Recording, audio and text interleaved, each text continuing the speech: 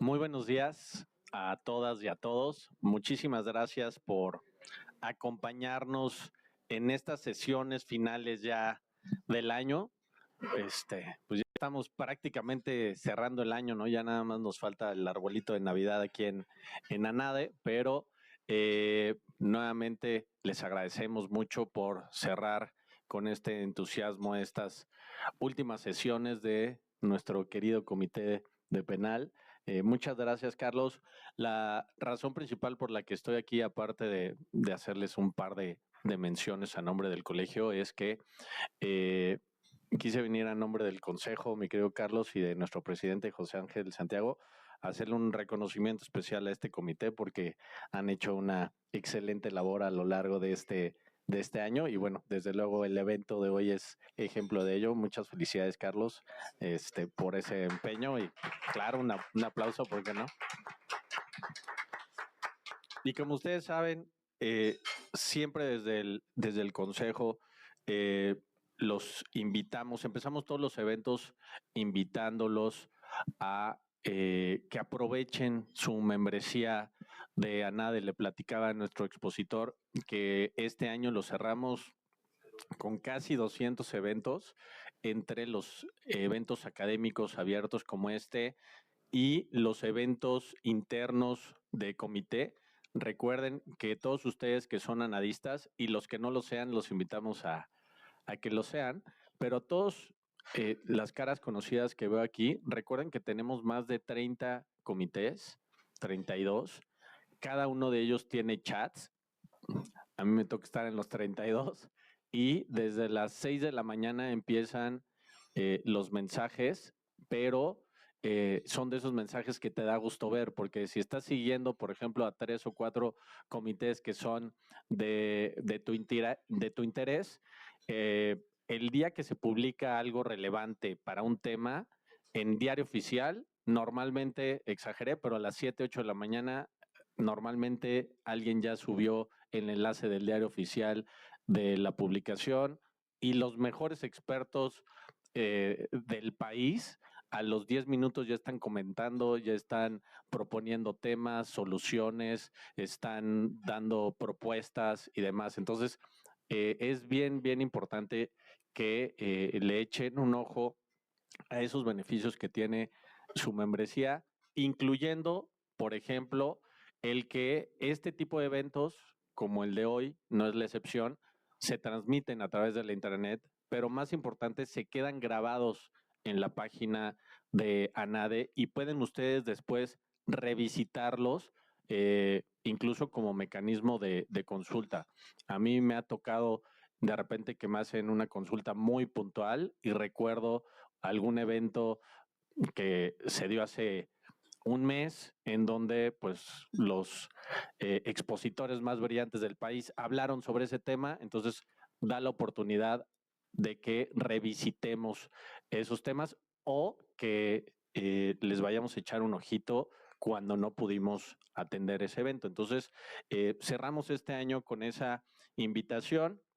Desde luego, también los invitamos a que participen en la primera edición del diplomado que tenemos de Derecho Laboral y Seguridad Social.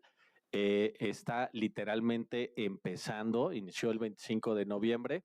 Es un evento 100% virtual con más de 70 horas de duración en donde los más brillantes analistas están compartiéndonos ahí conocimientos. Así que un tema súper importante para los abogados de empresa. Los invito a que se unan. Y el último evento que tenemos registrado por parte de nuestro Comité de Derecho Civil y Notarial es este 9 de diciembre y se denomina Smart Contracts, tecnología en la contratación, tecnología y derecho, una nueva realidad en los contratos. Es un evento presencial en el Club de Industriales a las 8 de la mañana, repito, el 9 de diciembre.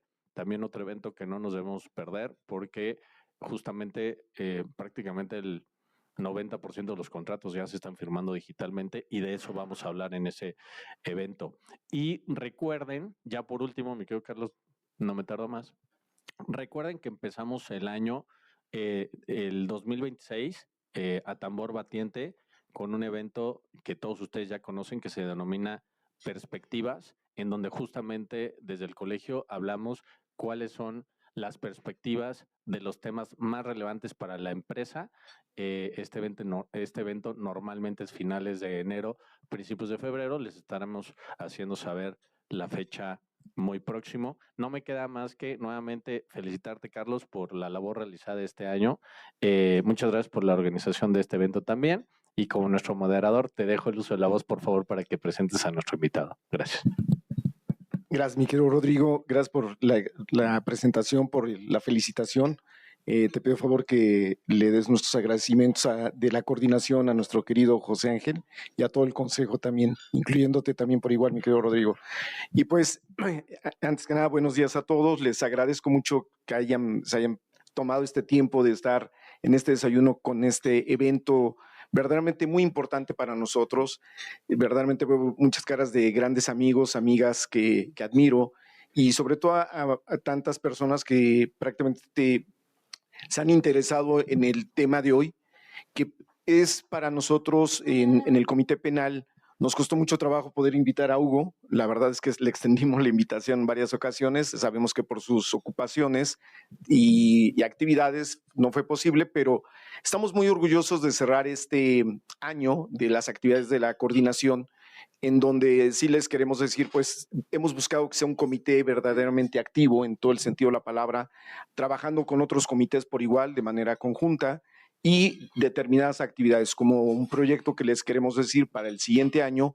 Hay un seminario que se pretende en la materia de derecho penal y con relación a casi todos los comités que pertenecen a NADE.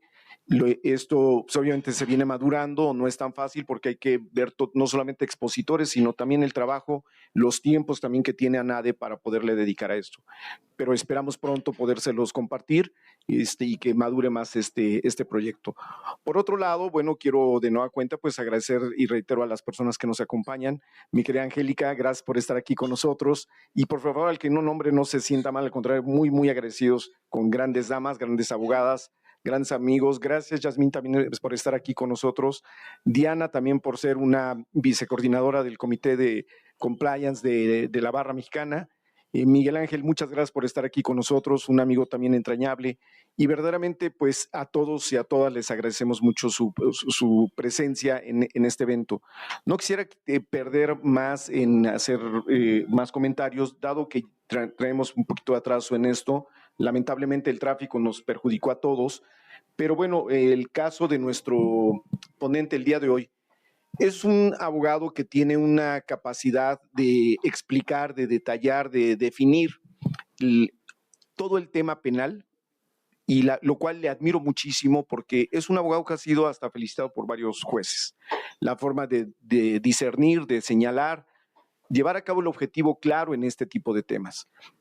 Pero hoy en este en particular, que tiene que ver sobre todo lo que estamos haciendo en este título que va relacionado a la responsabilidad penal de las empresas, que se denominó el poder punitivo en la era corporativa, empresas en la mira de la imputación objetiva. Un tema verdaderamente importantísimo, porque de repente en el estudio que hacemos sobre el compliance, en el estudio de la responsabilidad penal, dejamos a un lado el origen, lo que permite el análisis en qué terreno o por qué se tienen que marcar determinados tipos de delitos, o cuál es verdaderamente la función y la responsabilidad que tiene la empresa en su interior, y también en lo que a veces se relaciona con otro tipo de actividades. Hemos tenido en distintos foros lo que últimamente hemos analizado sobre los temas de terrorismo que ha señalado así Estados Unidos, y que perjudica gradualmente a empresas que tienen relación desde el extranjero en México o viceversa, en el sentido de poder atraer a empresas mexicanas y llevarlas a una mesa de juicio en el extranjero, y bueno, obviamente sobre todo en Estados Unidos. Y por esas partes y por estas condiciones hemos estado buscando que todo este trabajo del Comité Penal se tenga como objetivo estos temas, que no queden al margen, y que prácticamente también de los que nos exponen varios de los miembros de este colegio. Por ello tratamos de comentarlos, de exponerlos, de tocarlos, analizarlos y obviamente traer gente de gran capacidad, como en este caso es mi querido Hugo. Iba a hablar de su presentación, de su semblanza, pero se nos va a ir todo el tiempo. Entonces, te paso el micrófono, mi querido Hugo. Muchas gracias. Muchas gracias, muchas gracias. Bueno, distinguidos colegas, miembros de ANADE y demás personas en general que nos hacen el grandioso favor y el honor de estar aquí presentes, muy buenos días a todos y buen provecho. Quiero comenzar ya para ir entrando en materia, recordando una advertencia que nos hacía el gran Norberto Bobbio en el sentido de que una de las necesidades epistemológicas de nuestros días estriba no solamente en entender el poder en sí, un tema que fue muy en boga el siglo pasado, sino que lo que hoy nos preocupa y nos debería de estar llamando la atención a todos tiene que ver con el hecho de cómo limitar ese poder con el propósito de que el mismo pues pueda cumplir con su ingente función, que no es otra sino la de proteger pues los bienes jurídicos más preciados para la sociedad. Y esta frase que pareciera de pronto solamente una muestra, pero no quiero comenzar sin exponer y dejar patente mi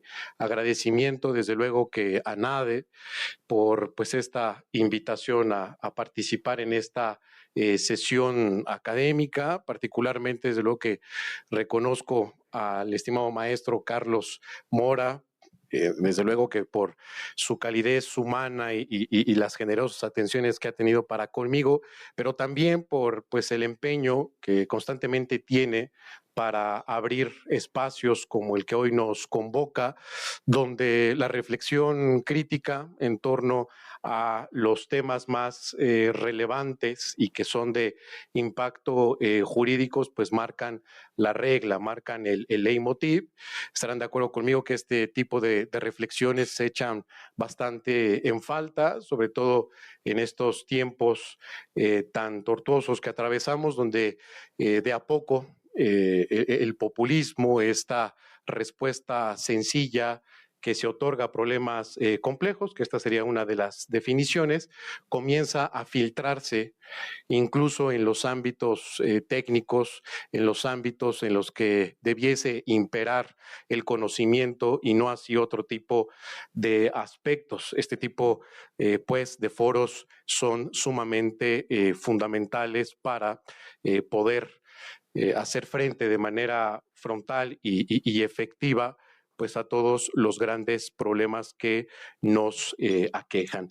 Permítanme abordar ya particularmente el tema que hoy nos ocupa, no con teoría, sino con un caso real extraído de los hechos.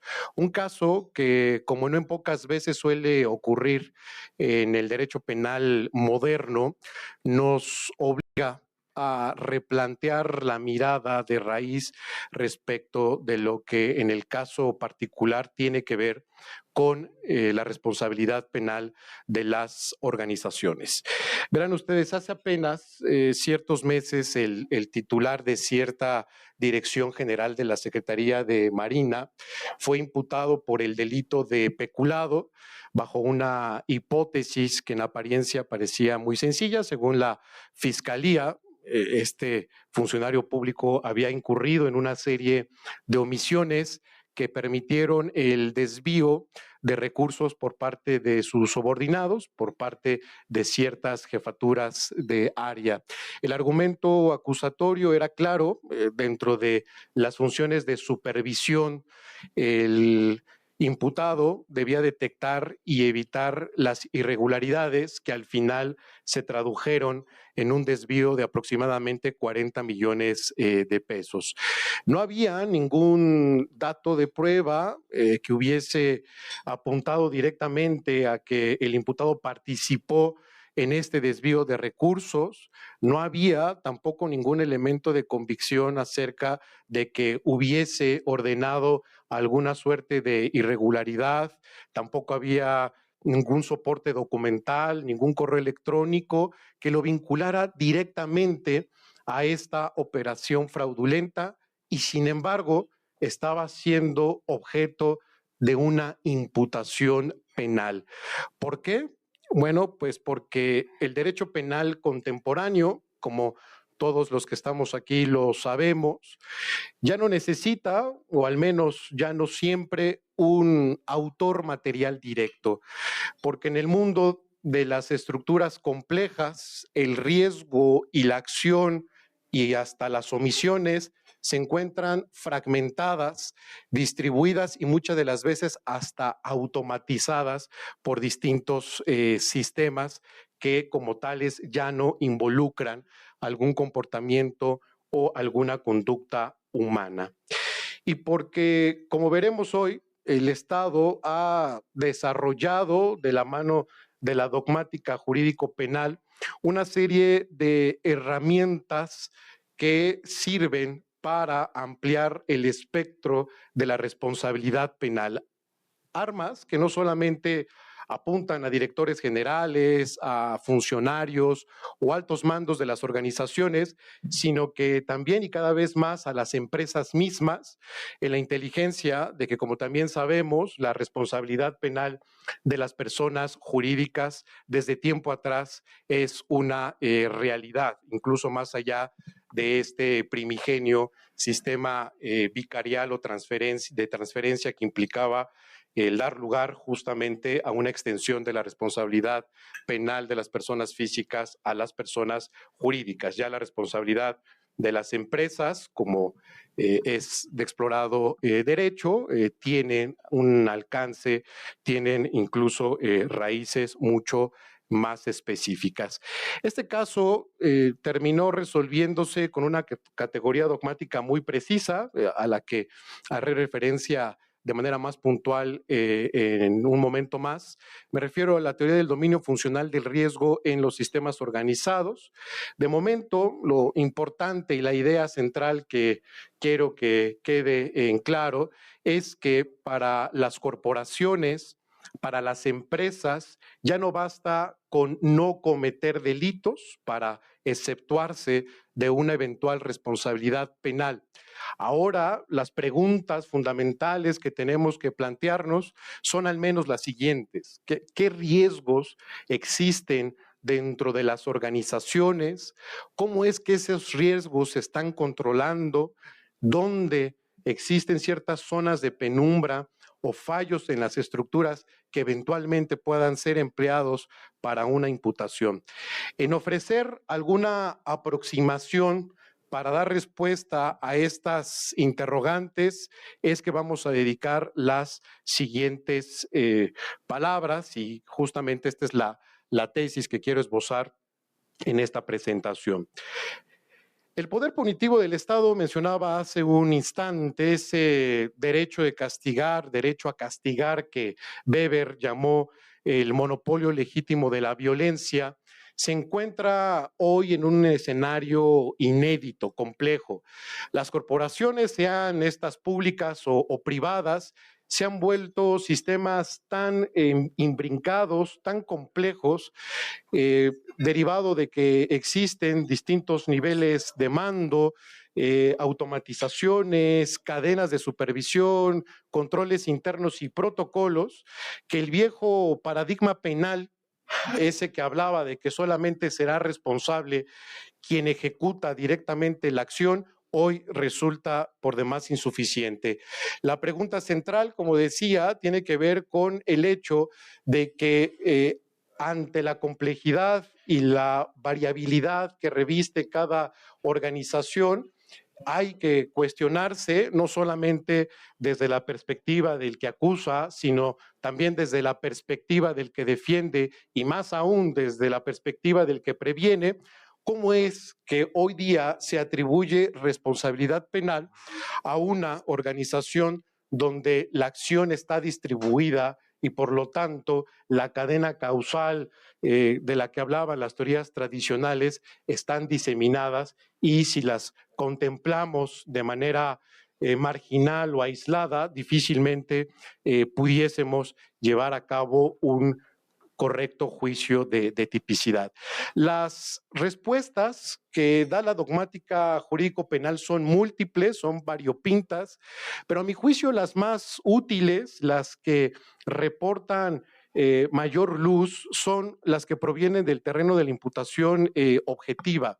Esto en función de que, como sabemos, desde el funcionalismo que tiene esta tendencia a ver el derecho penal no de manera naturalística ni teleológica, como lo hacía el causalismo o el finalismo, sino más bien de una manera más amplia y práctica en términos de política criminal. El funcionalismo y particularmente las teorías de la imputación objetiva se preguntan no solo por lo que pasó, sino por los riesgos que se generaron, qué posición se ocupaba frente a esos riesgos, qué roles, qué controles se tenían, todo esto para eventualmente dar lugar a una evitación del resultado. Y es precisamente aquí donde entran en escena las teorías modernas de la imputación a las empresas, aquellas que pues todo abogado vinculado a las organizaciones, a las empresas mismas, todo abogado corporativo debiera conocer. A continuación voy a explicar, si bien de manera somera, dada la limitación temporal con la que contamos y también con el fin de no extendernos innecesariamente, voy a explicar 5 de las que a mi juicio son las principales teorías de la imputación objetiva que hoy nos permiten imputar a las empresas y a sus directivos. No son, y esto lo esclarezco desde ahora, meras teorías académicas, sino que son teorías operativas utilizadas ya por fiscalías, tribunales, organismos reguladores y en general por órganos jurisdiccionales, evidentemente en todo el mundo, incluyendo nuestro país, para construir imputaciones sólidas en materia empresarial. La intención es solamente dar lugar a un esbozo de estas teorías para materializar y desprender de cada una de ellas ciertos ítems, ciertos slides que a ustedes les puedan servir para a la postre tomar decisiones concretas en el ámbito de la organización en la que se participe o en la que incluso se asuma pues una representación jurídica. La primera teoría tiene que ver con el riesgo permitido y la creación de un riesgo jurídicamente desaprobado. Se trata de una teoría que es de cuño alemán, particularmente ha sido desarrollada por Roxin, y esta se sostiene en la idea de que se va a imputar el resultado de relevancia para el derecho penal a aquella organización o a aquel directivo que eventualmente crea o dé lugar al incremento de un riesgo no permitido. En este caso se afirma, de acuerdo a esta teoría del riesgo, que incluso hunde sus raíces en las teorías sociológicas de Niklas Luhmann, donde hablamos de riesgos permitidos, riesgos prohibidos, el control de los mismos. La idea central de esta teoría es que toda empresa, para evitar que se pueda imputar algún tipo de responsabilidad penal, debe de evitar a toda costa generar o incrementar algún riesgo prohibido. Sabemos que las empresas inevitablemente operan con riesgos, bien sean industriales, financieros, ambientales o tecnológicos, según el giro de cada una de las organizaciones, y esto pues desde luego que hace que exista pues una posibilidad ahí latente de la generación de cualquier tipo de riesgo. La pregunta clave sobre este particular tiene que ver con el hecho de establecer si en este mundo de riesgos las organizaciones actuaron de tal manera que se ubicaron dentro de los riesgos permitidos o si de pronto rebasaron este umbral por falta de controles, de supervisión o incluso de protocolos.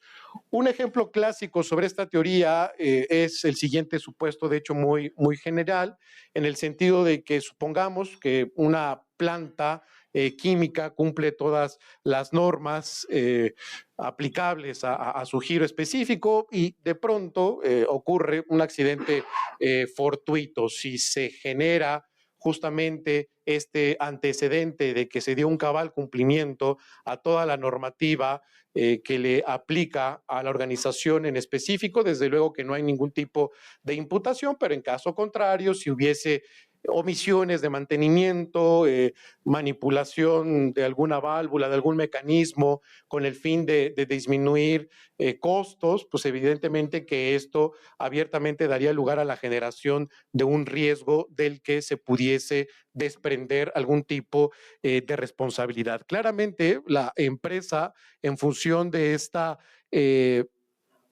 teoría, debe asegurarse de que toda su actividad se ubique dentro del riesgo permitido que particularmente está creado por este universo generado por la normativa aplicable, y para ello deberán de observarse distintos lineamientos corporativos concretos que desde luego solo son enunciativos, son los mínimos elementales, porque sabemos que el establecer criterios o parámetros de actuación para las empresas ex ante, a priorísticamente es muy difícil, porque como aquí lo saben muchos de ustedes que son expertos en materia de compliance, estos esquemas de cumplimiento pues son trajes a la medida, son diseños operativos, normativos, institucionales que se tienen que construir dada la necesidad particular de cada corporación, de cada empresa. El tratar de reciclar o de hacer extensivo un programa de cumplimiento de una corporación a otra, muchas de las veces da cabida a que existan regulaciones meramente estéticas, pero que en nada impactan en beneficio de la protección jurídica a que propenden este tipo de medidas, de tal manera que lo que aquí se establece son parámetros o criterios generales. En tratándose de esta primera teoría que habla de un incremento de riesgo prohibido, ¿qué medidas se tendrían mínimamente que adoptar? Bueno, deberíamos de entrada hacer todo lo estrictamente necesario para que se dé lugar a un cumplimiento exhaustivo de las normas técnicas y regulatorias. Esto, desde luego, que es una obviedad, es una verdad de perogrullo, pero es fundamental porque en distintos asuntos que se ventilan día a día en los órganos jurisdiccionales, esto por elementales, muchas de las veces pasado por alto, se tiene que acreditar que la empresa opera dentro de los márgenes de la legalidad y dentro de los estándares industriales que están aceptados, ¿no? Las medidas particulares que se tienen que adoptar es dar lugar a un mapa normativo actualizado de todas las regulaciones aplicables. Insisto, esto también es una obviedad, pero muchas de las veces se pasa por alto y además es complejo porque, como decía Luis Pázara, este investigador de jurídicas de la UNAM, en México vivimos en una obesidad legislativa, dando a entender por ello pues esta existencia a veces hasta innecesaria de una multiplicidad de normas jurídicas bajo la equívoca y obtusa idea de que entre más normas jurídicas tengamos, mayores soluciones tendremos a las problemáticas sociales. Lo decía Montesquieu desde el siglo XIX, que justamente si queríamos conocer el error de un Estado, pues bastaba con ver su número de leyes, ¿no? Entonces, muchas de las veces esta inflación normativa, esta obesidad legislativa, como le llamaba Luis Pázara, hace que sean pocas las personas que tengan en claro pues cuáles son las disposiciones normativas que aplican en una empresa u otra. El conocimiento básico para poder cumplir una norma precisamente consiste en, primero, identificar y tener noticia de la existencia de esa norma. De ahí que también se sugiera el contar con sistemas de alertas para cambios legislativos o regulatorios, una suerte como de observatorio que permita estar actualizando ese mapa de disposiciones normativas que le son aplicables a mi empresa para siempre estar ubicado dentro de este marco del riesgo permisivo que, como decía, está dado por la normativa aplicable. Evidentemente que también las empresas deben de estar certificándose tanto nacional como internacionalmente por muchas de las instituciones que brindan servicios cada vez de mayor calidad al respecto. Conocer, por ejemplo, hoy se erige pues como ahí la principal fuente de certificación en muchos estándares de competencia, que más allá de brindar al personal,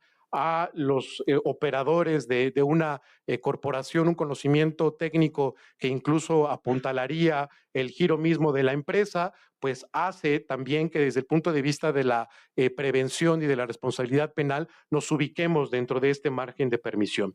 Un segundo lineamiento es el consistente en contar con programas estrictos de mantenimiento preventivo y correctivo, ¿no? Hay que evitar fallas técnicas que se conviertan en riesgos no permitidos, como algunas medidas que se pudiesen adoptar. Desde luego que aquí hay que tener bien en claro calendarios de mantenimientos que se realicen sobre todo a los mecanismos, a los elementos con los que opera una determinada empresa.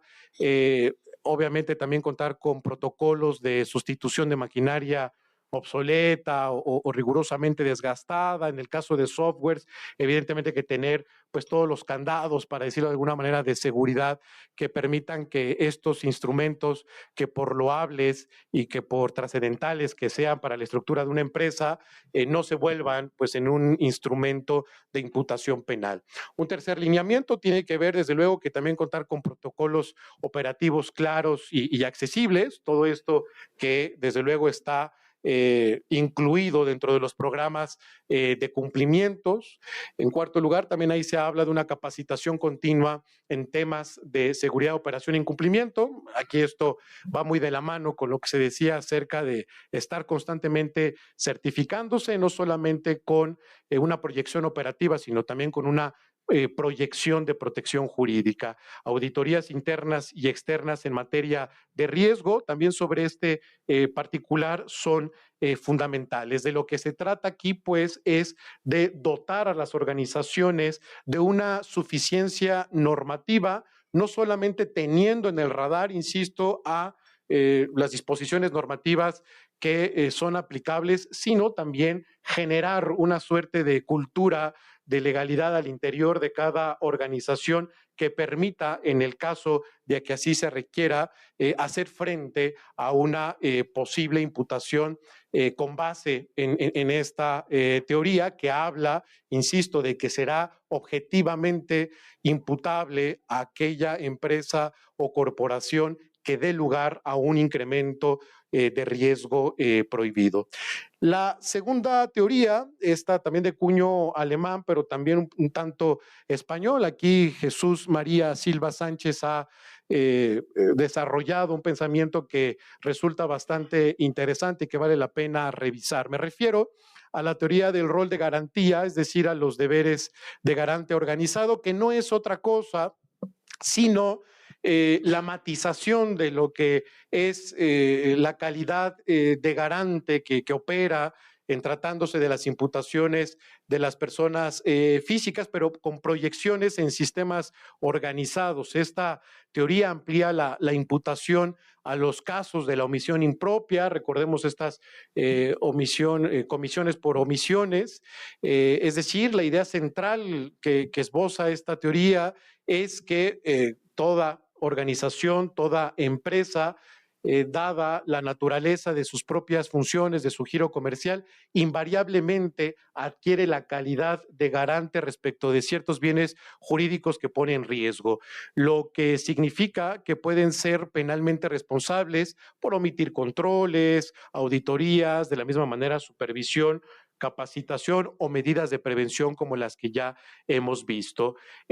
un caso paradigmático sobre este particular y muy tomado de manual, pero que sirve para clarificar el fondo de esta teoría. Tiene que ver con un accidente minero que por la falta de inspecciones pues trae consigo la muerte de varias personas. En este caso, la empresa y los puestos de dirección pudiesen responder como garantes de la seguridad de los trabajadores. De lo que se trata en función de esta segunda teoría, aquí ya no hablamos tanto de un incremento de riesgo, sino de asumir esa calidad de garante.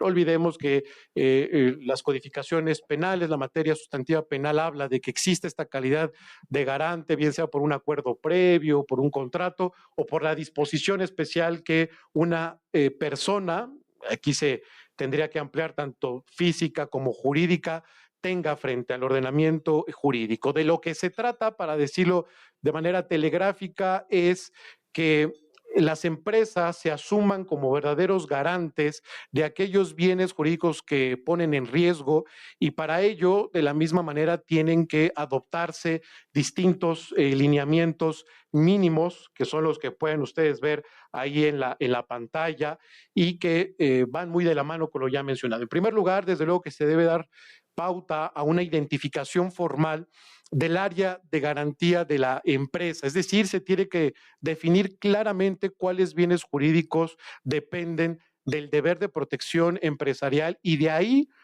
basándose incluso en el propio organigrama, en la propia estructura, en la propia organización de las empresas, definir qué área tiene un deber jurídico como garante frente a determinados bienes.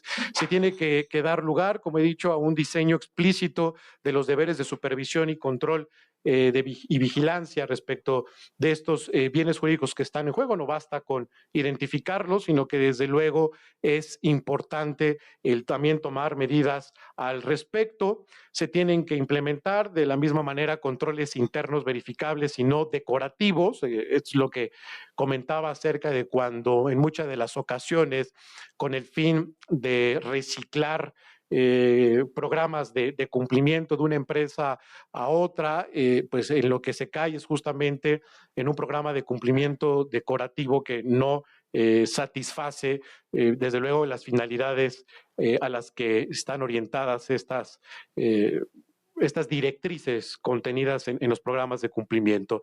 Desde luego que también se tiene que dar lugar a auditorías periódicas de garantía, tanto internas como externas, algo que muchas veces me ha pasado que manifiestan incluso los representantes de ciertas empresas que tienen cierta renuencia o cierta reticencia en cuanto a recibir auditorías por parte de terceros, es decir, de ajenos.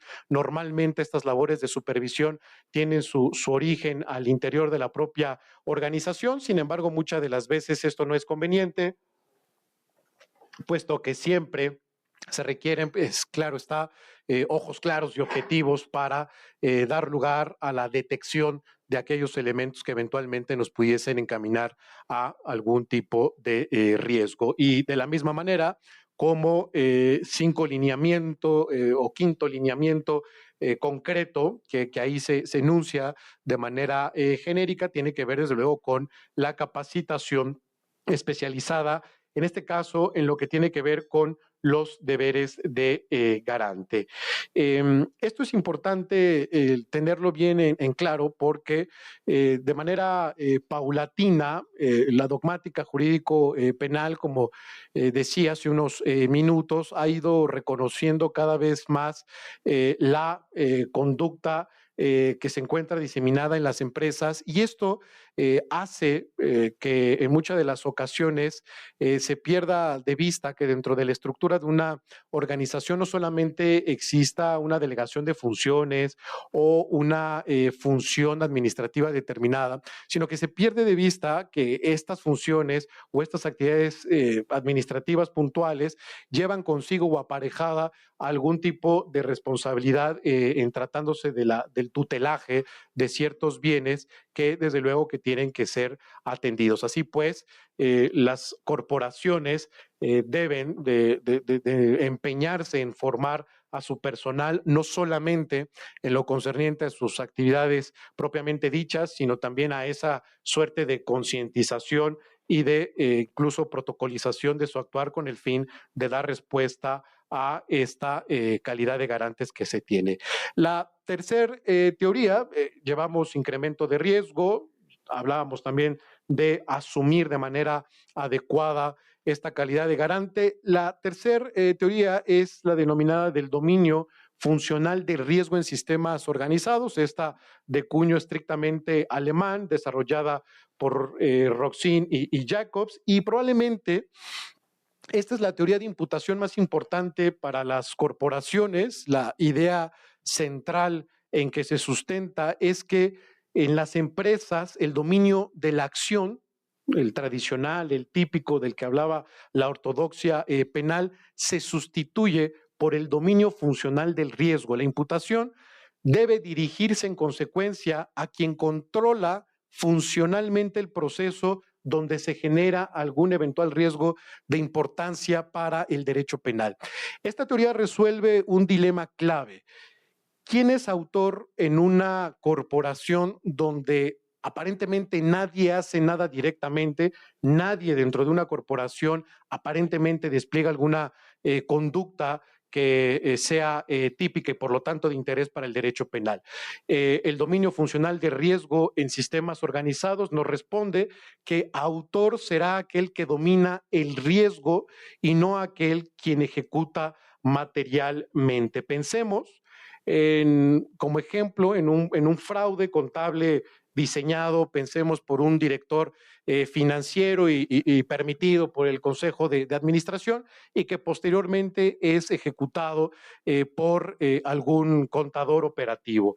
Dentro de este entramado delictivo, desde luego que el contador operativo no sería dominador de ningún riesgo, él solamente sería el ejecutor de una conducta que se gestó desde niveles de decisión superiores al mismo y del que ni siquiera probablemente tiene conocimiento. En ese sentido, el dominador del riesgo serían, desde luego, en el caso concreto, el director financiero o el consejo de administración. En México, desafortunadamente, existen diversos casos que bien podrían resolverse a la luz de esta teoría de imputación, como lo es el paradigmático, de manera también muy desafortunada, el caso de Segalmex, que es considerado uno de los mayores escándalos de corrupción del sexenio anterior en México, que implicó pues un desfalco multimillonario que, según diversas estimaciones, y particularmente la de la Auditoría Superior de la Federación, asciende a más de 15,000 millones de pesos, ¿no? Si nos diésemos a la tarea de analizar todo lo que este gran fraude gubernamental implicó, nos vamos a dar cuenta de que esta conducta típica, esta conducta de relevancia para el derecho penal se encuentra fragmentada entre distintas personas, entre distintas actividades que, tomadas en consideración de forma aislada, difícilmente pudiesen permitirnos llevar a cabo una imputación frontal, es decir, que difícilmente pudiesen ser sancionadas y con el riesgo de que se quedase todo esto pues en la impunidad. De ahí que sea una vista novedosa la de el dominio funcional del riesgo, una mirada que nos permita el no dejar impune ningún tipo de ninguna clase de este tipo de actuaciones. Según esta teoría, como se advierte, la empresa debe demostrar que el control funcional de los procesos está claramente asignado, distribuido, supervisado y documentado, ¿no? Y aquí subrayo esta parte de documentado. Siempre hay que tener este blindaje documental, lo diré más adelante, porque muchas de las veces se piensa que basta con la mera praxis, con la mera operatividad que se ciñe o que se desarrolla con apego a la normativa, pero no solamente basta con ello, sino que hay que documentar. Y para ello, de nuevo, aquí les presento 5 lineamientos corporativos concretos, entre ellos, desde luego, que está el definir de manera explícita quién controla funcionalmente cada proceso crítico. Hay que evitar las denominadas zonas grises donde la imputación pueda ascender a directivos por falta de limitación de responsabilidades. En segundo lugar, hay que segmentar el dominio funcional del riesgo. Esto significa evitar que solamente un nivel jerárquico concentre todo el proceso de toma de decisiones al interior de una organización. Hay que dividir procesos complejos entre varias unidades de control, hay que establecer medidas de verificación cruzada en distintas áreas, sistemas que impidan, pues, que existan personas que puedan autorizarlo todo, porque evidentemente que aquel que tiene esta posibilidad de autorizarlo todo, ¿no?, por decirlo de alguna manera, se hace automáticamente susceptible a ser imputado por un dominio funcional del riesgo. Como tercera medida, hay que asegurar, desde luego, también que las decisiones estratégicas queden documentadas y se tomen colegiadamente. No hay mejor decisión que aquella que se toma de manera colegiada, no solamente por la deliberación y hasta el sentido democrático que esto genera, sino visto desde un punto de vista de la disminución del riesgo y de la repartición del dominio de la cadena que eventualmente se pueda traducir en la comisión de un hecho delictivo. También las decisiones colegiadas son un buen medio de contención. Es también fundamental, como cuarto criterio, establecer límites claros a la autonomía operativa de autos de rangos tanto de mando medio como alto. Y finalmente, crear sistemas de monitoreo continuo del riesgo funcional que precisamente nos permitan estar detectando las desviaciones que una empresa pueda estar llevando a cabo con motivo del ejercicio de sus actividades. Hay que implementar los denominados cuadros de mando de riesgo para áreas críticas, desarrollar indicadores tempranos de algunas conductas que por ahí se estén alejando de lo deseable y particularmente de lo permitido. Esta tercera teoría, pues, ya no habla de ningún incremento de riesgo, no habla de asumir calidades de garantes, sino habla del dominio funcional que se tiene en una organización. Insisto, estas teorías decimonónicas que hablaban de que será penalmente responsable el que tenga un dominio de la conducta, hoy ha quedado superado por el hecho de va a ser penalmente responsable el que tenga un dominio funcional del riesgo, ya ni siquiera del hecho, porque a nivel jurisprudencial, la Suprema Corte de Justicia de la Nación en nuestro país ha desarrollado a nivel de distintos criterios el denominado dominio funcional del hecho, pero justamente aquí hace referencia a pues esta cuestión fáctica, verificable y que depende del sustento probatorio. Aquí hablamos de un control funcional del riesgo, lo cual hace todavía más amplia la posibilidad con la que cuenta el Estado para imputarnos algún hecho. La cuarta teoría es la denominada teoría del defecto de organización o culpa estructural, esta también de cuño estrictamente alemán, y que se basa en la premisa de que la empresa crea riesgos penalmente relevantes, como le dijimos desde la primera teoría, pero no solo con motivo de la conducta o a resultas del comportamiento de sus empleados o de quienes forman parte de la empresa, sino que crean riesgos cuando su estructura interna es deficiente.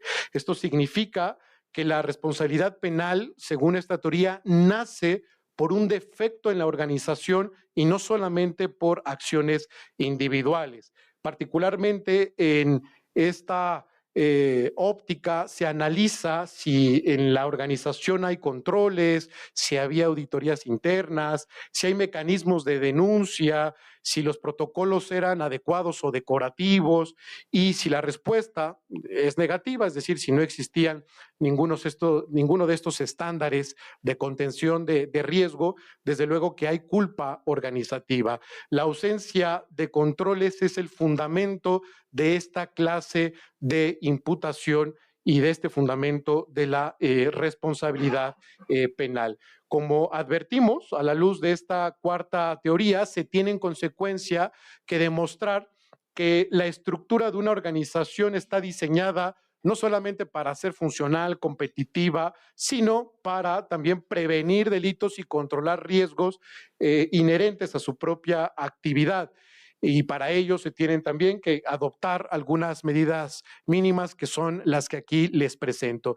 Y esto me da pauta para hacer un comentario que vale la pena realizar para tratar de hermanar y articular en la medida de lo posible lo que aparentemente son dos realidades irreconciliables o antagónicas naturalmente, y que muchas de las veces esto lleva a que las empresas le den la espalda a este tipo de medidas. Sabemos que una empresa, por su propia y especial naturaleza, tiene como propósito y objetivo principal pues el ser competitivo, el tener éxito empresarial, y para ello pues implementan una serie de normas operativas que permitan justamente tal éxito. Pero muchas de las veces esa propensión no debe de dejar flancos ahí libres y que los dejen en un ámbito de desprotección. Es decir, se pensaría que el éxito empresarial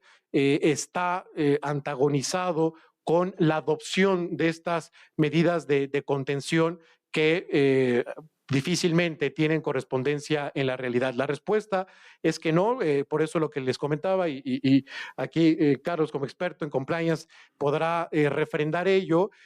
Justamente los programas de cumplimiento por eso se tienen que alinear a la naturaleza y a la operatividad de cada organización con el propósito de que este deber ser, ¿no?, que suena muy bonito, que desde luego que nos va a alejar de alguna eventual responsabilidad penal, pero que muchos de ustedes pensarán, pero va a incidir directamente en mi operatividad, en mi funcionalidad, en mi éxito empresarial.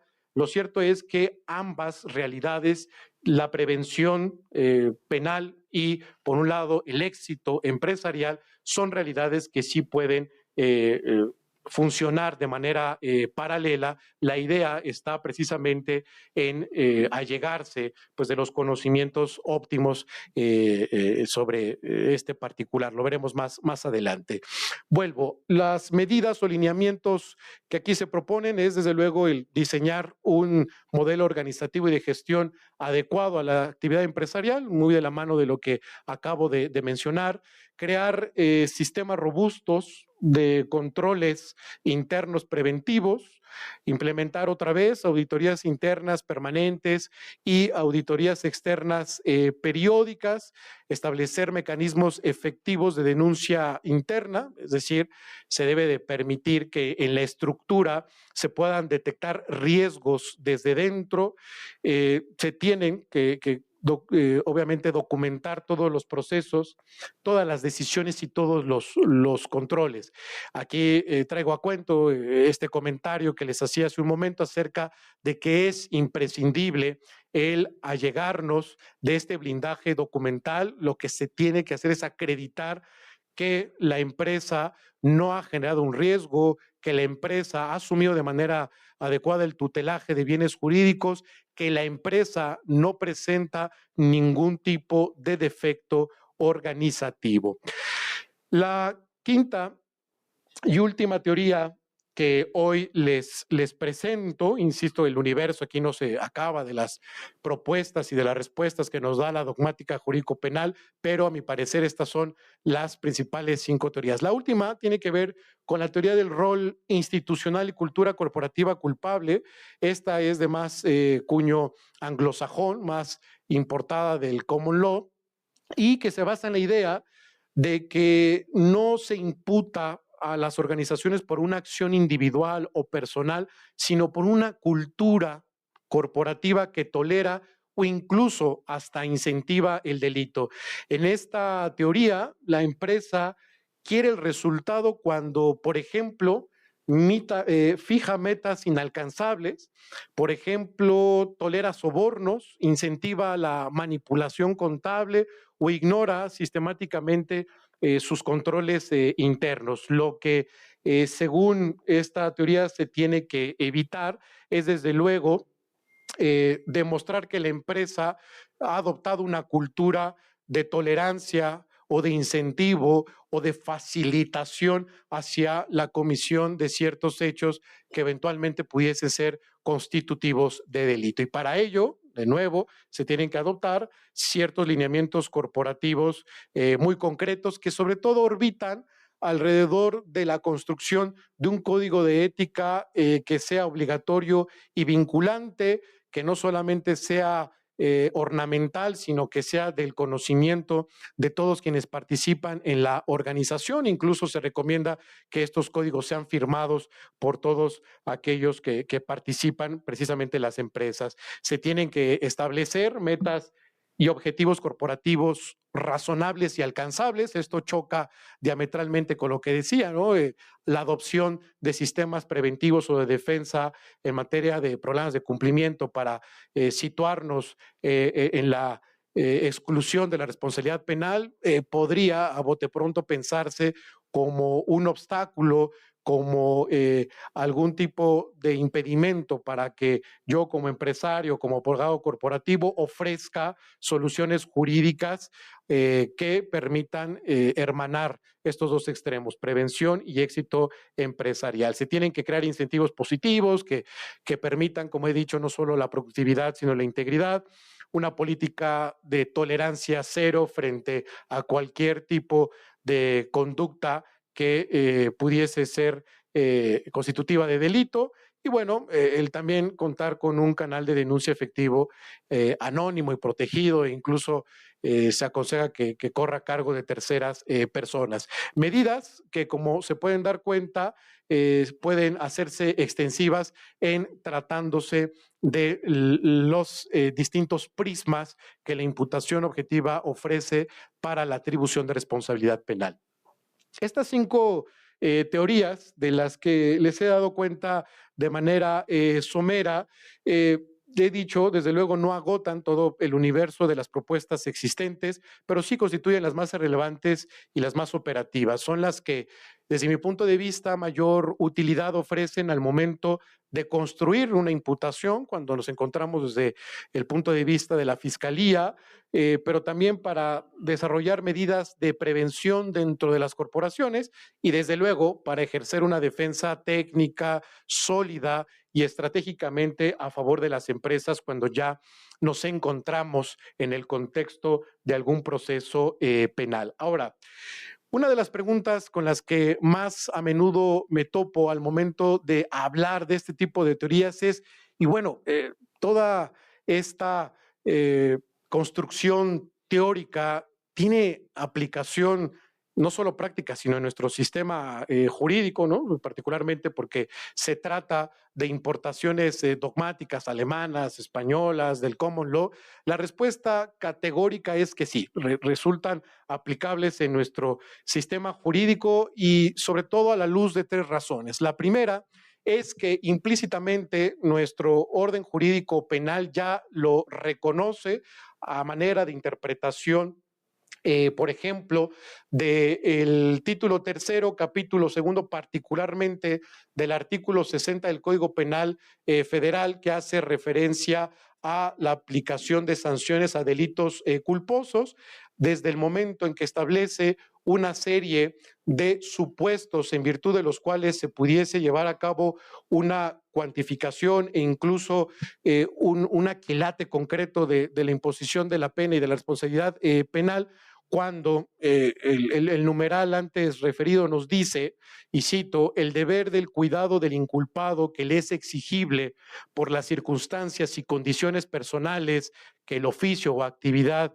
que desempeñe le impongan será tomado en consideración para cualificar la gravedad de la culpa. Esto abre la pauta para que todo este tipo de teorías se puedan implementar. Desde luego que de la mano del paradigmático artículo 11 bis del mismo Código Penal Federal, que, como ustedes saben, es en este fuero y con sus correspondientes disposiciones normativas en el fuero común, en cada una de las codificaciones penales locales.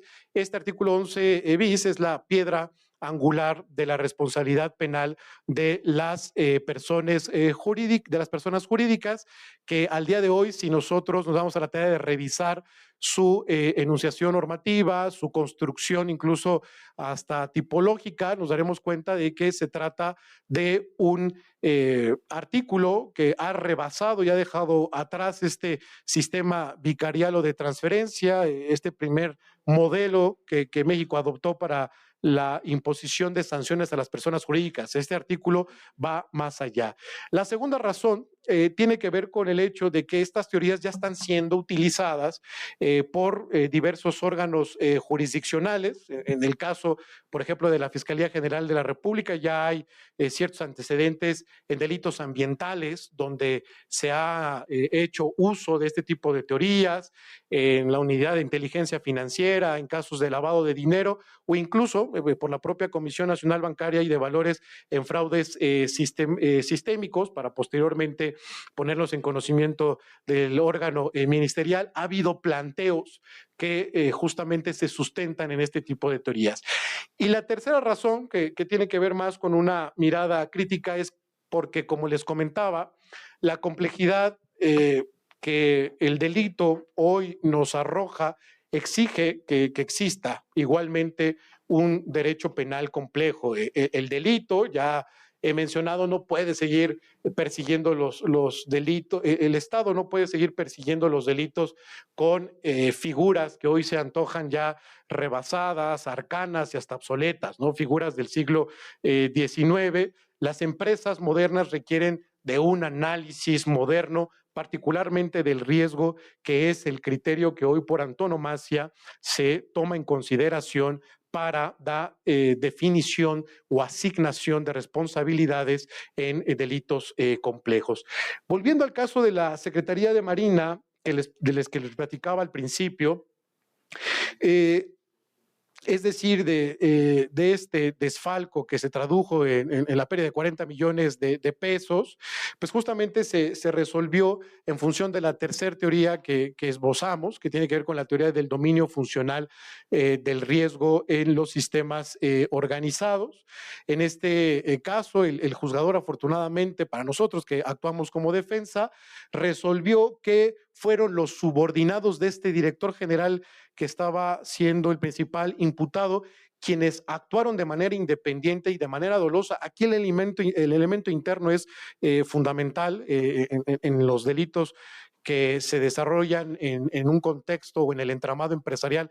El elemento interno y evidentemente el respaldo probatorio que existe al respecto es fundamental, pero lo que se determinó es que los subordinados actuaron de manera independiente, con dolo, al grado de que el director pues no dominaba funcionalmente el riesgo en ese punto de proceso que a él le correspondía, de tal suerte que pues no era susceptible de ningún tipo de responsabilidad penal, en particular del análisis de los hechos, de este caso que desde luego solamente enuncio de manera genérica. El entrar en las minucias del caso nos llevaría bastante tiempo y rebasaría con creces el propósito de esta charla, pero se detectó también que, por ejemplo, existía un volumen y una naturaleza de operaciones muy grande, ¿no? La dirección a cargo del imputado gestionaba literalmente miles de movimientos contables y financieros de manera mensual, lo que hacía materialmente imposible que pudiese revisar uno a uno los registros y las transacciones que se realizaban.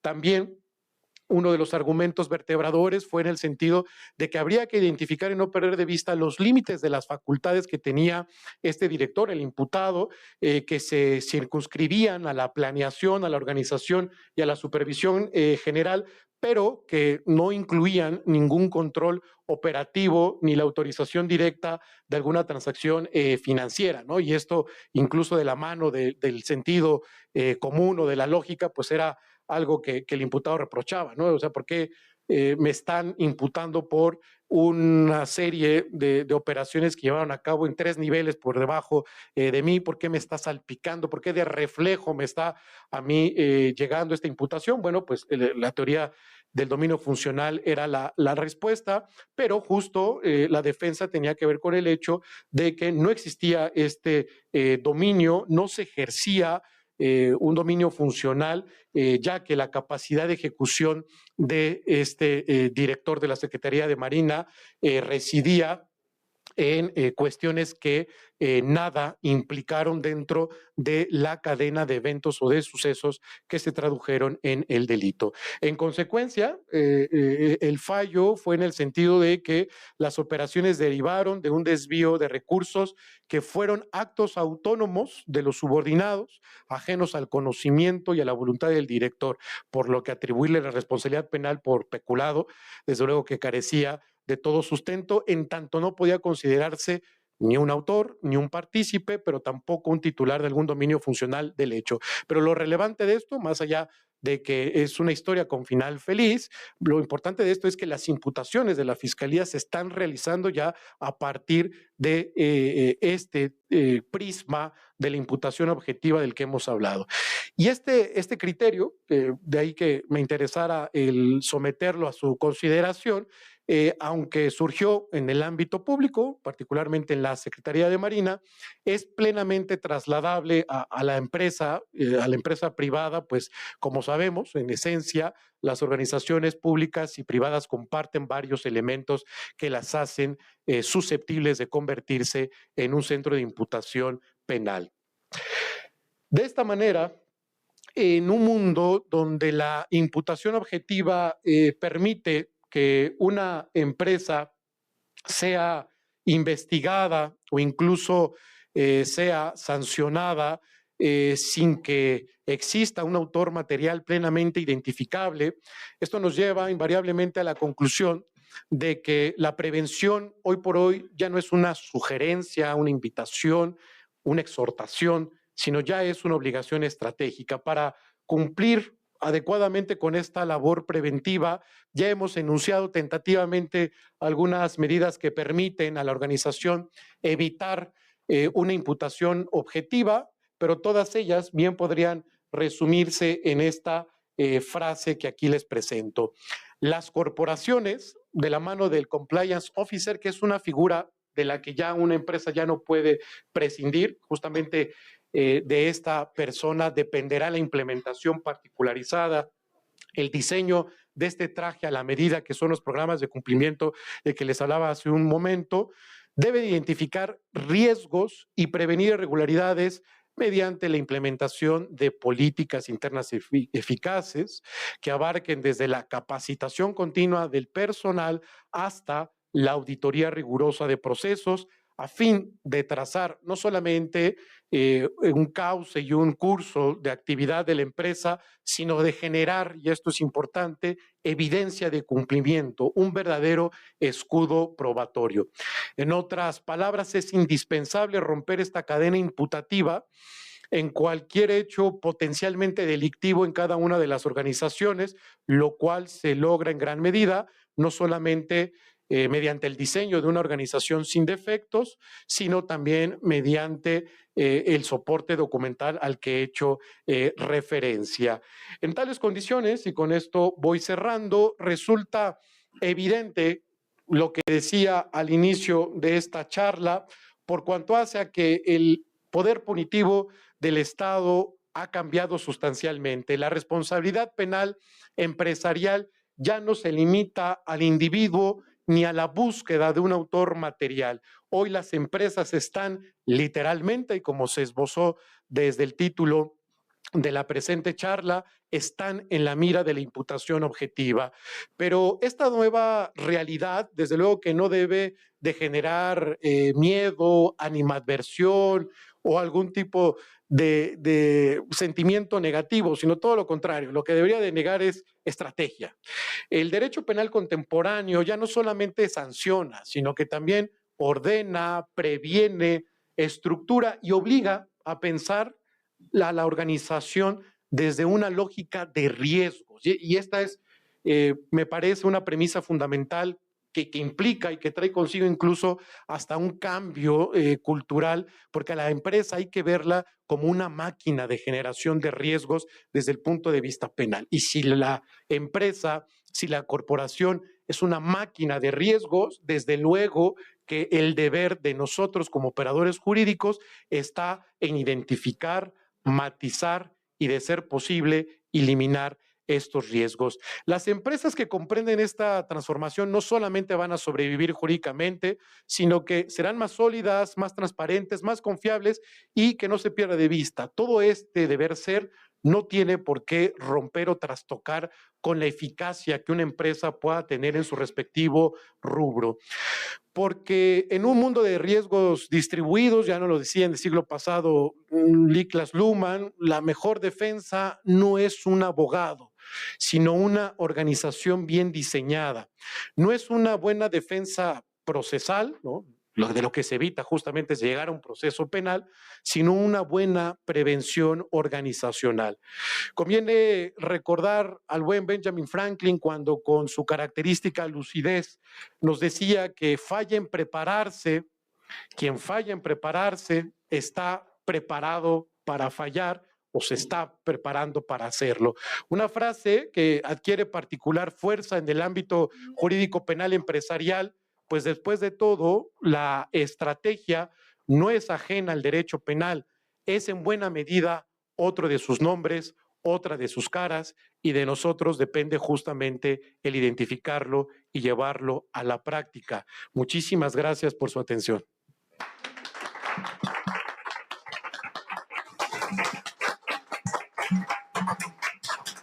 Pues muchas gracias, mi querido Hugo, por esta explicación, por esta gran forma tan impresionante de detallar las posiciones en que nos encontramos en la materia penal respecto a todo el compliance, todos los aspectos que hoy nos has dado en esta cátedra sobre todo este tipo de teorías, y que, si bien es cierto, ya no podemos estar practicando un compliance tradicional, pues verdaderamente esto es lo que nos soporta precisamente a estarnos actualizando y estar tomando este tipo de comentarios, de apoyos académicos, con la finalidad de conocer exactamente para dónde se dirige todos estos análisis desde el hecho que es de la defensa, y obviamente también de imputar el delito por parte, o los delitos por parte de la Fiscalía. Hoy en día tenemos que estar mucho más preparados para todos estos escenarios, y obviamente el repaso, la revisión, el análisis de cada uno de estos temas que bien en estas teorías nos acabas de explicar de una forma, particularmente lo veo muy detallada, pero también muy profunda, que nos genera bastantes aspectos que todavía hay que seguir estudiando. Hemos platicado varias ocasiones que el compliance pues, no es palabra de Dios, pero hay que seguirlo revisando, hay que estarlo analizando precisamente para tener cada vez un campo de acción en el terreno tanto de fiscalías para, en el caso de imputar algo, o en su defecto también por el otro lado, cuando nos toca una defensa, cómo tener todos los elementos necesarios, los conocimientos y la preparación indispensable para el caso de que no se cometa una injusticia en este tipo de actividades dentro de todo lo que genera una corporación y lo que generan todos los que pertenecen a una empresa, porque también no podemos dejar a un lado los mismos empleados que en alguna manera los han involucrado en cuestiones que no es su responsabilidad. Reitero, es un tema que te felicito, mi querido Hugo, gracias por esta explicación. Y pues también, amigos, amigas, pues no sé si tengan alguna pregunta para que en este momento mi querido Hugo nos ayude a explicarla. Gracias. Sí, claro, con todo gusto. Si no, yo sí. No es ahorita. Claro, claro. Muchas gracias. Pues en principio, muchas gracias por esta charla. Creo que fue muy explicativa. Todos, me parece, quedamos encantados con estas teorías, que creo que es fundamental conocerlas justamente para este tema de la imputación. Mi pregunta va enfocada a conocer su perspectiva respecto de qué riesgos o qué situación puede observar usted en tema fiscalía respecto de la imputación a las personas jurídicas. Simplemente. Muchas gracias. Bueno, nada que agradecer el compromiso con el buen Carlos y Rodrigo fue estar a la altura de las circunstancias, a la altura del nivel y sobre todo en el contexto de estos eventos organizados por ANADE. La verdad es que este tipo de teorías a primera vista resultan solamente un lujo de la erudición académico y de lucimiento, pero verdaderamente tiene una aplicabilidad sustancial. Así que bueno, espero que les sea de utilidad. Por cuanto a la pregunta, los riesgos que yo advierto a nivel de las fiscalías, sobre todo, tiene que ver con la falta, muchas de las veces, de formación de quienes operan las fiscalías y las procuradurías, porque no olvidemos que también todavía por ahí quedan algunas procuradurías vivas, con el caso de Hidalgo, lo cual también ha sido algo bastante interesante, ¿no? De que no se ha dado lugar a esta consolidación ministerial todavía a nivel nacional. Decía que lo que yo advierto que uno de los principales riesgos es el desconocimiento que a veces se tiene para este tipo de figuras y que aquellos que vienen del ámbito ministerial no me dejarán mentir, muchas de las veces pues tiene que ver con este grande mal que no se puede solventar de un día para otro y que tiene que ver con la fuerte carga de trabajo que asumen agencias del Ministerio Público, las fiscalías en general. Cuando de pronto uno en alguna audiencia, ¿no? Ya en el proceso penal acusatorio, adversarial y oral, llega a echar mano de este tipo de teorías, se arriesga, ¿no? A que el debate primero no se genere frontal en torno a las teorías mismas, pero también se arriesga, ¿no? Lo hemos visto en reiteradas ocasiones, a que los propios juzgadores pues, le pidan a uno que prescinda de este tipo de cuestiones y que se atienda estrictamente a los hechos. De tal suerte que es un tema, yo lo vería, el riesgo frontal, es un tema cultural. Verdaderamente el juspenalista contemporáneo debe de entender que hay que echar mano necesariamente de la dogmática penal, hay que echar mano de la teoría del delito y más aún, ¿no? Ya si queremos ir más allá, hay que formarse incluso en el ámbito científico. Entonces, el riesgo principal que yo le veo es que estas teorías, que por muy profusas, por mucha expectativa y por mucha luz que nos den, si no son asimiladas, comprendidas por los operadores jurídicos, no solamente en sede ministerial, también en sede judicial y en tratándose del sector privado, que nosotros somos en buena medida ese pistón que impulsa a todo el aparato jurisdiccional. Si no asimilamos, hacemos propias estas teorías y de a poco tratamos de generar antecedentes en la práctica, pues se van a quedar ahí como un ornamento, ¿no? Ahí como una buena intención, como una carta a los Reyes Magos, y la verdad es que no se trata de ello, no se trata de materializarlo. Pero bueno, el tema de la formación, de la carga de trabajo y de todo lo que se debería de exigir en los operadores jurídicos, máxime en un sistema procesal penal como lo es el acusatorio, donde el principal actor pues son los operadores jurídicos, no solamente tiene que ver con este tema, sino que pues, es uno de los más grandes pesares y que tenemos que de a poco ir solventando. Gracias, mi querido Hugo. Pues yo quisiera hacer el comentario, nada más, perdón, mi querido Rodrigo. Mencionaste sobre los objetivos infinitos que en ocasiones las empresas señalan para lograr un fin. Sí. Y un ejemplo que tenemos y que es obviamente la generación de delitos.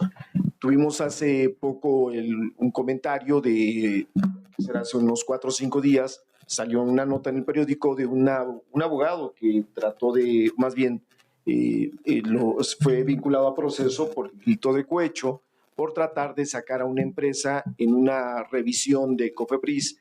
Y pues ese es un objetivo que fue muy señalado, fue muy criticado, obviamente, por todos los abogados dedicados a empresa, porque pues ese sería el objetivo, ese sería parte de la cultura, ese sería parte de una ética, sería parte de los objetivos que una empresa permitiría para lograr algo que no se le revise. ¿Sería esa la educación? Claro que no, pero al fin y al cabo subsiste, y esos son los riesgos en los que cada rato nos podemos exponer, y que obviamente que había ganado este abogado. O sea, si fue un abogado interno, fue un abogado externo, ¿quién se lo pidió que lo hiciera? Si o el mismo despacho fue el que lo generó.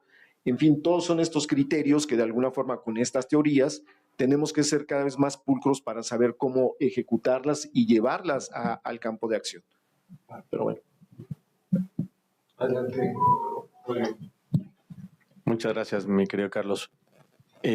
Antes de que me regañe nuestra presidenta Marisol, que nos está viendo, saludos.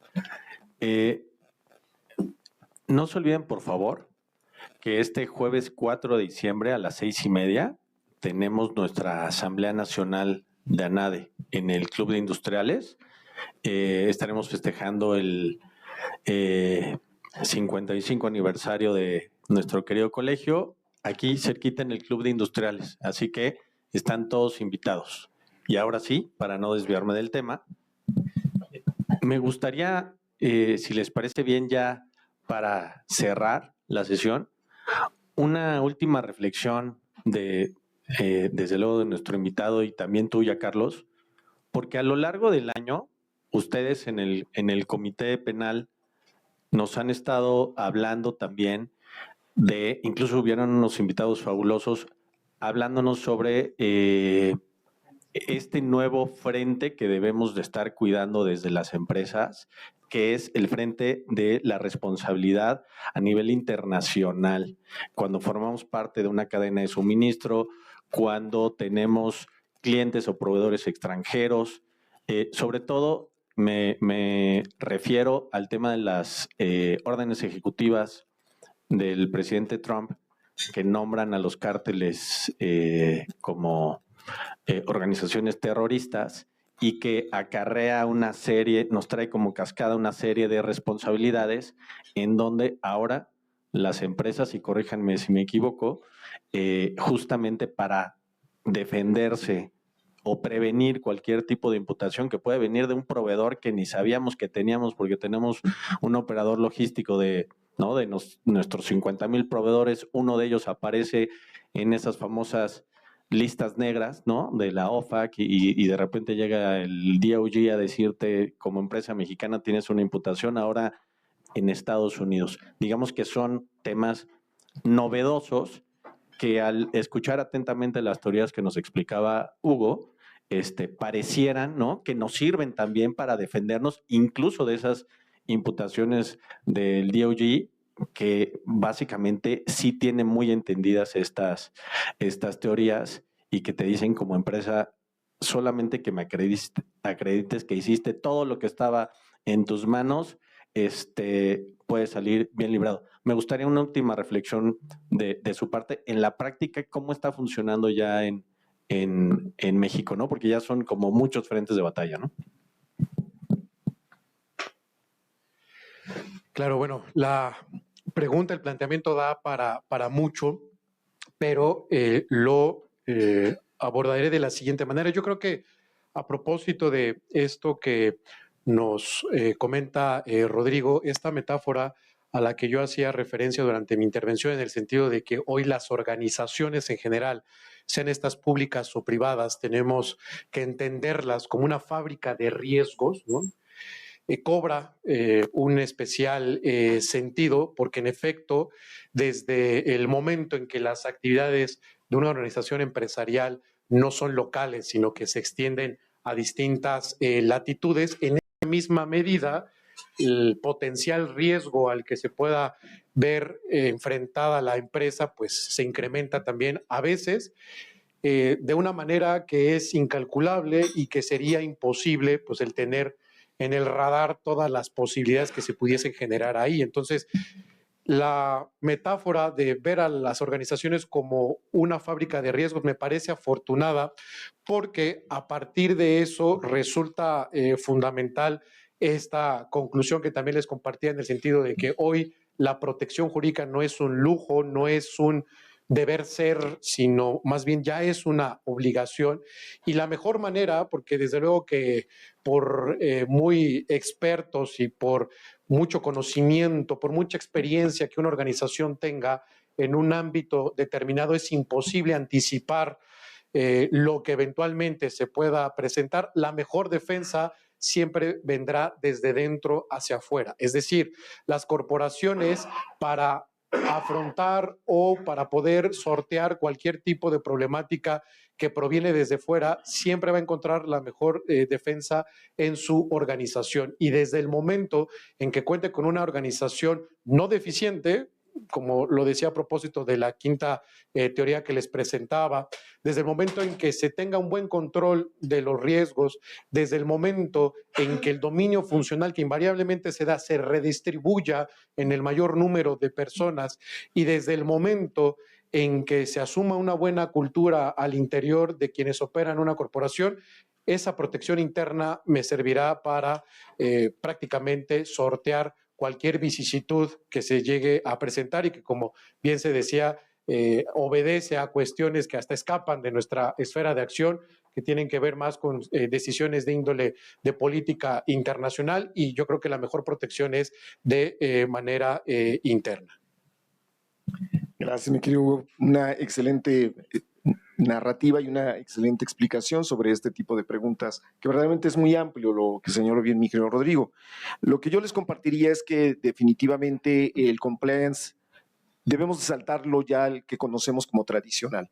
Ya debemos de conocer más pautas, reconocer que México es un país que ha sido abordado por muchos temas de la corrupción en todos los frentes. Lo seguimos viendo, escuchamos muchas leyes nuevas, la que se acaba de aprobar de extorsión. Imagínense cuántas leyes más pues tenemos que esperar para lo que tenemos que atacar.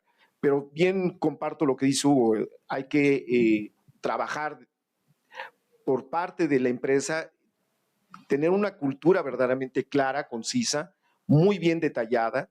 No se requiere tantos comentarios sobre un compliance. Yo considero que el verdadero compliance debe ser práctico, debe ser claro, debe ser conciso, no tiene que tener tantas páginas porque se aburre.